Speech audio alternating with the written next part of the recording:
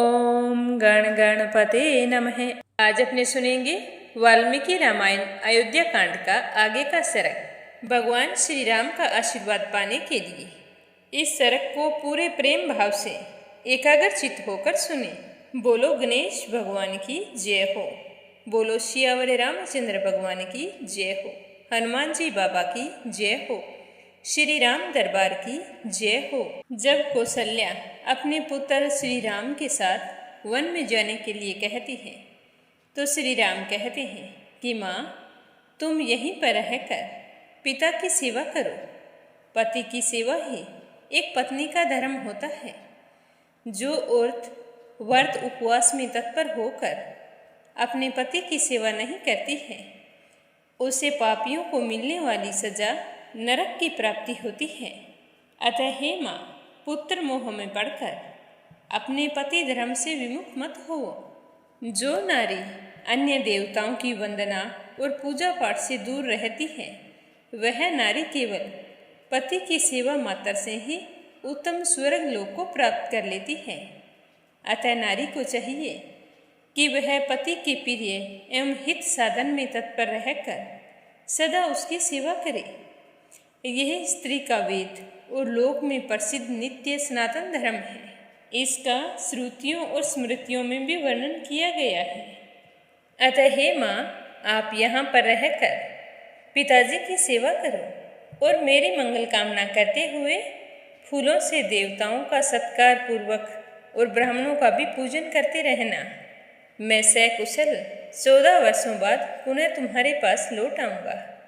फिर जो तुम कहोगी मैं वही करूँगा। अतः तुम पिताजी की सेवा और मेरी मंगल कामना करते हुए समय की प्रतीक्षा करो। मैं तो यही चाहता हूँ कि जब मैं 14 वर्षों बाद पुनः लौटूं तो मेरे पिता जीवित हों और मेरे लौटने पर तुम्हारी भी शुभकामना पूर्ण हो। तो श्री राम के ऐसा कहने पर कौशल्या की आंखों से आंसू छलक आए। वे पुनः पुत्र शोक से पीड़ित होकर अपने पुत्र श्री राम से कहने लगी कि मेरे प्यारे पुत्र श्री राम, मुझे पता है कि मैं तुम्हारे वन में जाने के निश्चित विचार को पलट नहीं सकती। मैंने जितनी चाहे कोशिशें कर ली, पर तुमने मेरी हर कोशिश को नाकाम किया है। कोई बात नहीं बेटा, निश्चय ही काल की आज्ञा का उल्लंघन करना अत्यंत कठिन है। सामर्थ्यशाली पुत्र, मेरी आज्ञा है कि तुम निश्चिंत होकर वन को जाओ। तुम्हारा सदा कल्याण हो। जब फिर तुम वन से लौट आओगे, उस समय मेरे सारे क्लेश संताप दूर हो जाएंगे। हे श्री राम, जब तुम वनवास का महान व्रत पूर्ण करके कृतार्थ एवं महान सौभाग्यशाली होकर लौटोगे, तो ऐसा करके तुम अपने पिता के ऋण से उत्तीर्ण हो जाओगे। तभी मैं उत्तम सुख की नींद सो सकूंगी, क्योंकि मैं तो अपने पुत्र मोह के चलते तुम्हें वनवास में जाने के लिए मना कर रही हूँ। अगर तुम नहीं जाओगे तो ये महाराज की आज्ञा का उल्लंघन होगा और तुम अपने पिता के ऋणी हो जाओगे और इस बात से उन्हें बहुत दुख पहुँचेगा। बेटा रघुनंदन, इस भूतल पर देव की गति को समझना बहुत ही कठिन है। जो मेरी बात काट कर तुम्हें वन में जाने के लिए प्रेरित कर रहा है।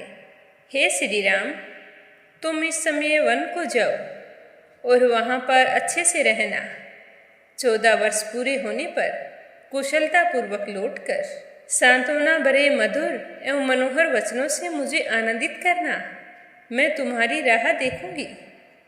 हे वत्स, क्या वह समय अभी आ सकता है कि एक क्षण में 14 वर्ष बीत जाएं? क्या मैं उस समय तक जीवित रह सकूंगी जब मेरा प्यारा पुत्र जटा और वल्कल धारण किए हुए वन से लौट कर आएगा? क्या मैं तुम्हारी राह देख रही होंगी? इस तरह कहते हुए कौशल्या की आंखों से फिर से आंसू बह निकले। पर अब कौशल्या की आंखों में आए आंसू श्री राम को रोकने के लिए नहीं थे। वे परम आदरयुक्त हृदय से अपने पुत्र श्री राम को आशीर्वाद देने और उनके लिए स्वस्ति वाचन कराने की इच्छा करने लगी। अपने मन से दुख और संताप को निकालकर माता कौशल्या ने श्री राम का पवित्र जल से आचमन किया।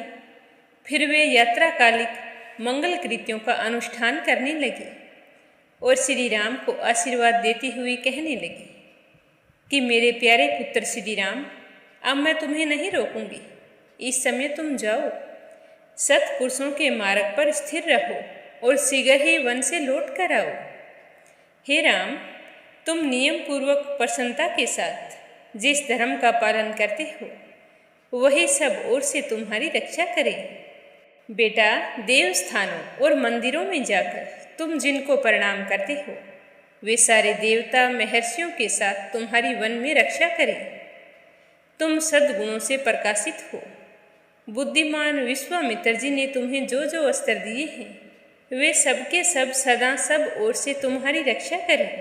हे श्री राम, तुम पिता के आज्ञाकारी, माता की सेवा तथा सत्य के पालन से सुरक्षित होकर चिरंजीवी बनो।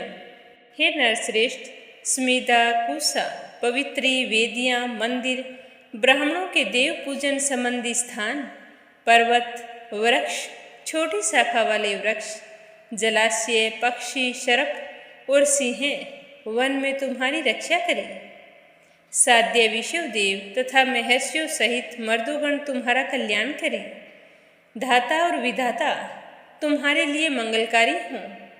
पूषा, भग और अर्यमा तुम्हारा कल्याण करें। इंद्र आदि समस्त लोकपाल, 6 ऋतुएं, सभी महीने, संवत्सर, रात्रि, दिन, मुहूर्त, हर पल सदा तुम्हारा मंगल करें। बेटा, श्रुति, स्मृति और धर्म भी सब ओर से तुम्हारी रक्षा करें। भगवान स्कंदेव, सोम, बृहस्पति, सप्तऋषिगण और नारद जी भी तुम्हारी सब ओर से रक्षा करें। वे प्रसिद्ध सिद्धगण, दिशाएं और दिक्पाल मेरी की हुई स्तुति से संतुष्ट होकर उस वन में सदा सब ओर से तुम्हारी रक्षा करें।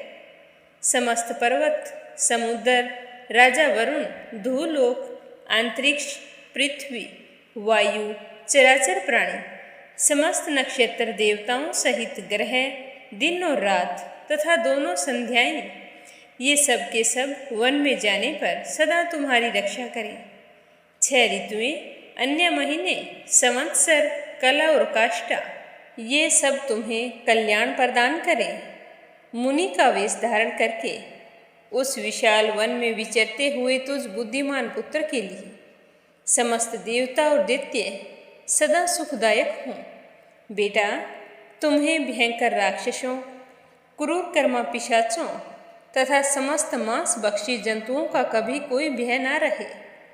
वन में जो मेंढकिया, वानर, बिच्छू, मच्छर, पर्वतीय सर्प और कीड़े होते हैं उस गहन वन में तुम्हारे लिए वे हिंसक ना हों। बड़े बड़े हाथी, सिंह, व्याघ्र, रींछ, अन्य जीव, विशाल सींग वाले भयंकर भैंसे वन में तुमसे द्रोह ना करें।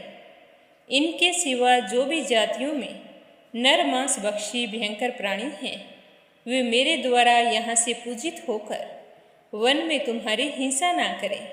वहाँ पर सब के सब तुम्हारे हितकारी हों और सब ओर से तुम्हारी रक्षा होती रहे।